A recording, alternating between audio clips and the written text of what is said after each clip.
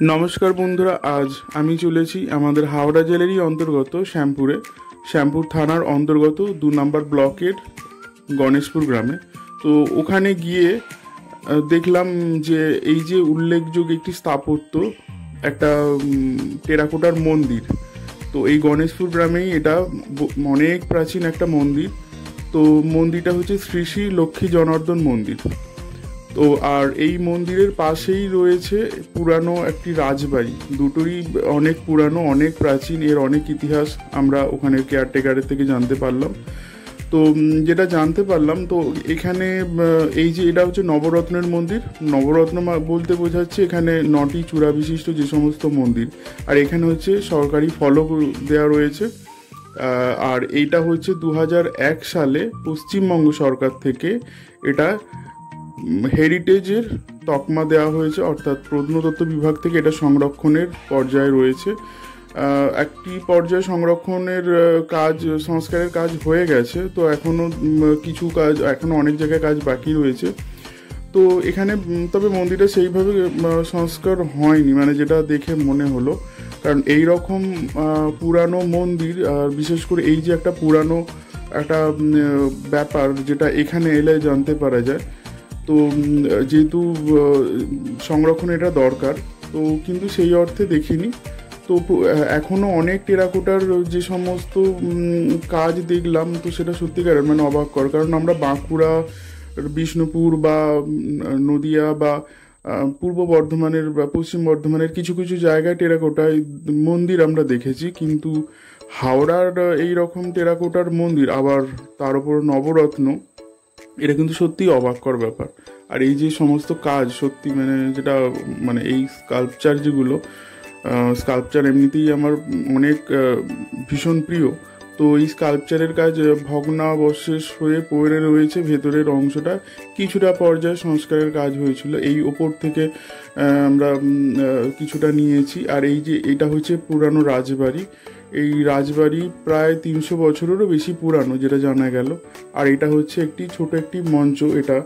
এখানে সম্ভবত, বা যেটা জানতে পারলাম, এখানে প্রত্যেক দিন প্রদীপ জ্বালানো হতো। আর এই হচ্ছে মন্দিরের পাশের পিছনের গেট। মন্দিরের কিন্তু সেই অর্থে কোনো সংরক্ষণ হয়নি, মানে দেখে যেটা মনে হলো।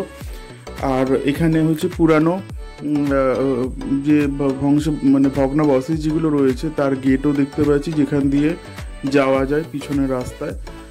আর এই মন্দিরের সামনে থেকে নেওয়া হয়েছে। তো এখানে প্রত্যেক সেই টেরাকোটার কাজ কিন্তু দেখতে পাওয়া যাচ্ছে। আর রাজবাড়িটাও কিন্তু অনেক পুরানো, যেটা 300 বছরের, মন্দিরটাও যেটা জানতে পারা গেল প্রায় 200 বছরের বেশি পুরানো। আমি ঢুকছি মন্দিরের ভেতরে, অবশ্যই জুতো খুলে। এখন যদি এই মন্দিরের ভেতরে কিছু থাকে না, মানে সেই লক্ষ্মী ঠাকুর আগে নাকি পুজো হতো, এখন কিন্তু আর এটা থাকে না। মন্দিরের সরু সিঁড়ি দিয়ে উঠছি, যেটা ভেতরে একটা অস্বস্তিকর পরিবেশ। তো আমাদের বলেই দেওয়া হয়েছিল যে যেন সাবধানে ওঠা হয়। এই হচ্ছে প্রথম তলা থেকে মন্দিরের ওপর থেকে যে দৃশ্যটা দেখালাম। আর এই যে সুন্দর একটা দৃশ্য আপনারা দেখুন, সত্যি মানে অবাক করে। এটা দেখা মানে দেখে উপলব্ধিটাই একটা আলাদা মন্দিরের ওপর থেকে। আর এই আমরা উপরে সব থেকে চূড়াটা যেটা রয়েছে, মেন যে রত্ন যেটা, সেখানে আমরা উঠবো। তো তার জন্য আমি এই আবার উঠলাম। ভেতরে সরু সুড়ঙ্গ করা রয়েছে, এই সুড়ঙ্গের মধ্য দিয়েই যেতে হচ্ছে। তো এটা আরও সংকীর্ণ একটা রাস্তা বা সিঁড়ি। তো সিঁড়ি দিয়ে উঠলাম। এই ভেতরে চূড়ার যে স্ট্রাকচার, যেটা সম্পূর্ণ ইটের গাঁথুনি আর চুন সুরকির, যেটা অ্যাকচুয়ালি যে টেরাকোটায় যে মন্দিরগুলো লক্ষ্য করা যায়, এখানে কিন্তু কোনো রকমের স্ট্রাকচার যে কোনো রকমের ব্যবহার হয়নি, মানে যে সত্যি অবাক লাগে। আর এই একদম ওপর থেকে যে ভিউটা দেখতে পাওয়া যাচ্ছে, সেই ভিউ মানে আপনারা ভাবুন। আর সত্যি মানে এটা একটা অস্বাভাবিক, মানে আমার কাছে লাগলো যে আমাদের হাওড়া জেলায় এইরকম একটা অত্যন্ত সুন্দর একটা নিদর্শন রয়েছে, বিশেষ করে শ্যামপুরে। আপনারা কখনো আসবেন, এই নামার সিঁড়ি, এখান দিয়েও আমরা নেমে যাব খানিকটা নেওয়া হলে। এখানেও পুজো হতো জানতে পারা গেল, মানে ওপরের যে চূড়াটাও রয়েছে। তো এই হলো মন্দিরের উপরের অংশটা। আমরা এবারে নেমে যাচ্ছি সরু সুড়ঙ্গ দিয়ে। তো দেখা যাবে যে মন্দিরটা মানে সেই অর্থে সংস্কার না হলেও তবে এখনও কিন্তু যথেষ্ট ভালো রয়েছে। তো আপনারা যদি কখনো চান অবশ্যই আসতে পারেন।